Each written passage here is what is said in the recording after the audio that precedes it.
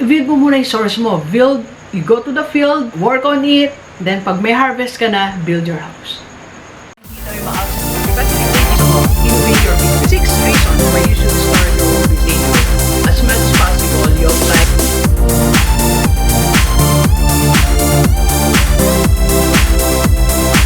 Positive Day delivers. This is Dr. Gigi Disunga from My Teens Project. Yan, magandang gabi sa lahat ng mga delivers natin. And sa first time po tayo panood sa YouTube channel, thank you very much. Please subscribe, click mo po yung Dr. Gigi Disunga. And sa lahat ng gustong magpa-coach sa atin, online muna tayo. And business consultation. And if you want to start or advertise or improve your business, message gan 0939-525-4311 or sa aking FB page, Dr. Gigi Disunga. Alright, so 7 things yan. So, 7 bagay na pagkakamali mo dahil inuna mo to kaysa sa yung negosyo. Alright? Diba kasi minsan, ano yan eh, ito sana, hindi siya mali kung nauna ang negosyo. It's just a matter of prioritizing. Sabi ko nga, alam nyo, 80% of what we are doing, kaya namamali is just a matter of prioritizing. Alright? Hindi mali mga ginagawa natin minsan eh. Pero, dapat lang may nauna. Okay? So, I listed here 7, alright? And ngayon, salamat muna tayo sa lahat ng mga naging estudyante ko. Natapos ko na ngayon ang first batch on how to become the next rockstar coach. Kaya medyo posted ako na nag-enroll sa ating GDS coaching program. Congratulations, 5 sessions. If you want to enroll, message lang po kayo habang naka-promo tayo kasi IRAC at 47. Birthday promo pa rin yan ni Doc. Okay, so message lang kayo sa aking FB page. Okay. So, una-una na mali na inuna natin kaysa sa negosyo. Ito hindi ito mga mali. Kaya lang sila na mali, nauna pa sila kaysa sa negosyo. So, dapat negosyo muna bago yung mga to. Alright? So, number 1, inuna mo pa ang magpagawa ng malaking bahay. So, alam naman natin yan, di ba? And, yung house natin is not an asset, it's a liability. So, sinabi din niya ng mga expert natin, like Robert Kiyosaki and the rest. Okay? So, kasi, ang laki-laki ng bahay, ang tagal natin hinuhulugan, or ang laki na nagastos natin, nag-loan tayo, and yet, it's not giving us an income.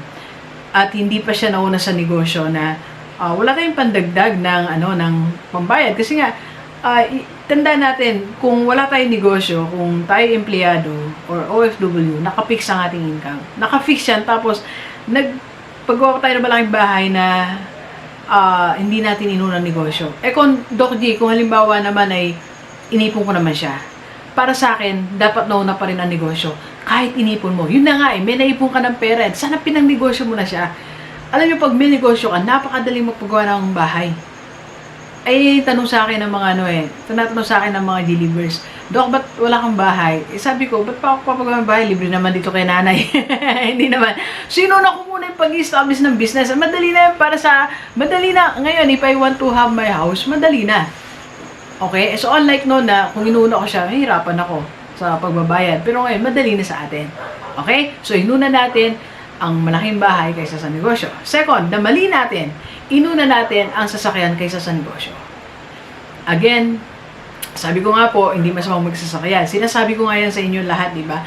Magsasakyan kayo. Pero, dapat, meron muna tayong business. Okay? Meron muna tayong pagkukuhanan. Meron muna tayong source. Okay? So, share ko na to, itong Bible verse na pinanghawakan natin. Okay? So, bakit ba tayo na mali? Okay? Proverbs 24:27. Okay? So, marami itong version, pero gusto ko lang, eto sa New Living Translation, sabi po dito, develop your business first before building your house. Alright?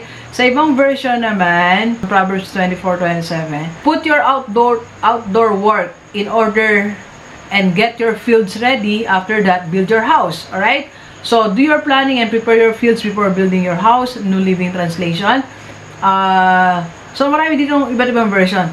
So, nung inaaral ko to, tinanga po natin dito sa dito sa King James Version natin na Bible dito, Proverbs 24. Tingnan po natin ang version ito. Kasi marami itong ibig sabihin ng before you build your house. 24 verse 27. Okay, sabi po dito, prepare thy work without and make it fit for thyself in the field, and afterwards build thine house. So, eto kasi Book of Proverbs to eh. Maaaring ibig sabihin nito ay, sabi po kasi dito na tayo sa King James Version, na build your field first. Ibig sabihin, build your source before you build your house. Okay? I-ready mo muna yung source, i-ready mo muna yung pagkukuhanan mo, kasi field is an illustration of source, harvest, income. Okay? And house is a reward. Okay? Nire-represent niya yung reward o isang property na gusto mong kuhanin. So, kaya pwede siyang hindi house, pwede siyang, ito nga po, kotse. So, sinasabi sa inyo, meron tayong verse na pinagkukuhanan. So, dapat meron ka munang, build mo muna yung source mo. Build, you go to the field, work on it, then pag may harvest ka na, build your house. Sa ibang translation, build your business before you build your house. Malinaw, di ba? Or house or car. So, bago tayo magkotse, dapat meron muna tayo. Meron muna tayong source. Yung una ko pong kotse is a second hand. Nissan din yun eh. Pero hindi ko po, nung kinuha ko po yun, is a second hand, installment lang din siya. Pero hindi ko po siya kinuha mula doon sa sweldo ko. I got it from other source of income. Kasi may part-time po ako noon as a school consultant sa isang preschool sa church namin. So, consultant tayo. So, yun. Doon ko kinuha yung pambayad ko ng parang 6,000 a month ata ako na nagbabayad sa second hand eh. Okay? And, so, meron kang source. If you want to buy your car, walang problema. Dapat meron tayong pinagkukuhanan. Okay? Yeah, anong number na tayo? Number 3. Unahin natin to. Okay? Yun nga. So, nag-travel tayo ng vacation. Or nag-travel tayo ng expensive. So, meaning to say, we spent a lot of money for this. Okay? So, sabi ko nga, walang problema if we travel. Sabi ko nga, enjoy life. Diba? Enjoy natin ang buhay. Magpunta tayo sa mga lugar na hindi pa natin napupuntahan. Have vacation, nag-travel. Pero dapat, na-establish mo muna yung source mo. Okay? Yung munang panggagalingan. Alright? Kasi, di ba may mga, minsan travel tayo na loan lang, pinautang tayo sa company, or pinautang tayo ng kaibigan natin, and then babayaran natin. So, masyadong magiging affected yung budget natin. Okay? Alright, so next na, I think number 4, right? Na inuna natin kaysa sa negosyo. Ito so magugulat kayo. Pero para sa akin, hindi mo dapat inuna ang investment kaysa sa negosyo. Okay? Lalo yung mga investment na we need to pay monthly. Payable ng 3 years, 5 years, 6 years, 10 years. So, dapat inuna mo muna yung negosyo mo. Nagkaroon ka muna ng source. Alright? Naalala ko, when I was still in public school, I used to be a public school teacher. Nakuha ko na yung insurance na may investment. Insurance na may investment. So, dahil wala naman ako siyempreng additional source of income din, tapos hindi naman klaro din sa akin ang lahat. So, yun ako siya. So, until such time na hindi ko siya natuloy, so sayang lang. Di ba? And kasi, kaya ayoko rin, maliban doon, kahit may pera ka, mas gusto ko pa rin unahin mo yung, negosyo mo. Kasi ang investment talaga, sinasabi ko sa inyo, hindi naka-limited ang pwede natin kitain dyan eh. Unlike kung business, unlimited. Kasi di ba may mga investment like kikita tayo ng 2% a month or per annum, 10%, 14%, 16%, malaki na yung 16%, di ba? Pero kung nagnegosyo ka muna, okay? Tapos nag-invest ka, yun okay. Kasi nagkaroon ka na ng source, tapos nagkaroon ka ng chance to earn an unlimited money kesa sa investment.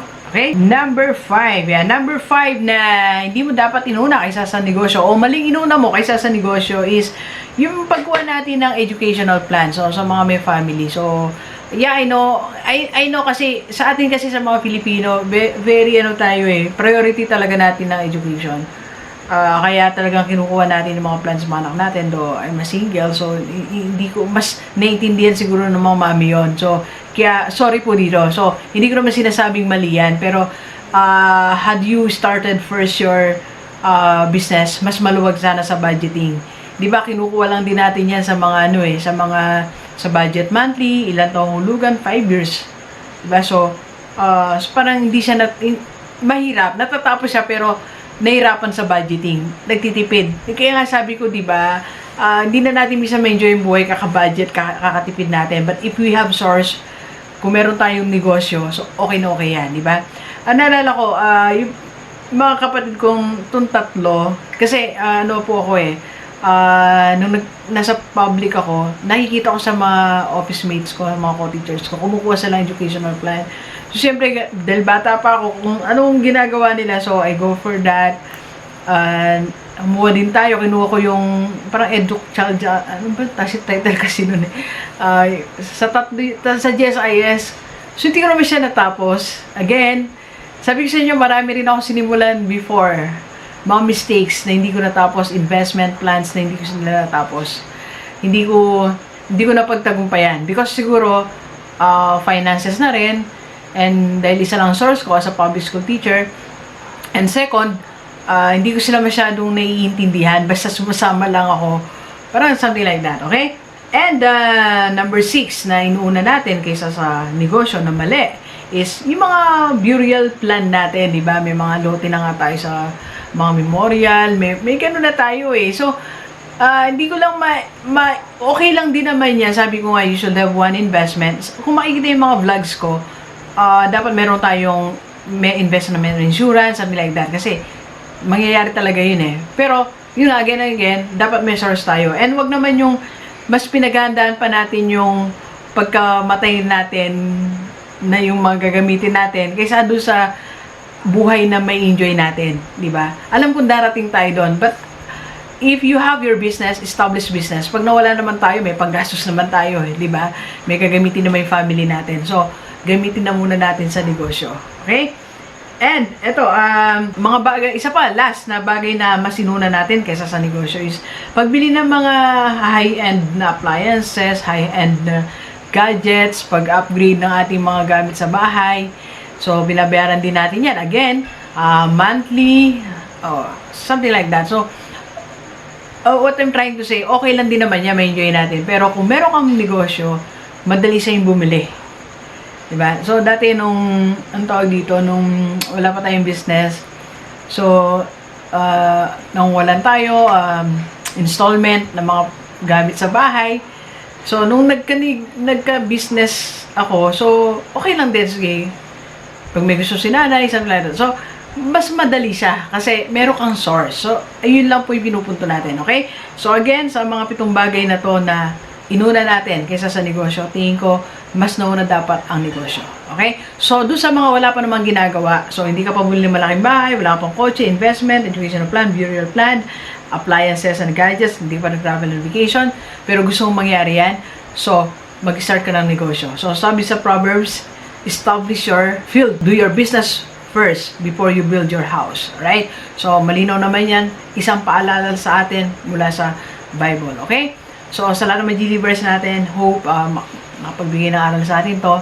So, mag-establish ka muna ng iyong business, okay? So, announcement natin, na-announce ka na yung coaching session natin. Meron tayong seminar, Business from Home, June 20, and the right framework for your online business, June 29, and July, July 4, meron tayong how to become a social media manager webinar.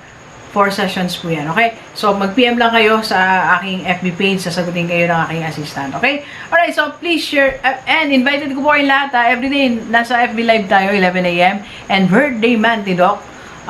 See you sa June 27, tingnan natin what will happen. Marami akong i-announce sa June 27, see you po, okay? Alright, so please share this video sa lahat mga kaibigan natin, kahit OFW, dito sa Pilipinas, para sama-sama tayong mabagot mula dating buhay. Thank you very much, Delivers. Enjoy the rest of the day, Let's go, let's go.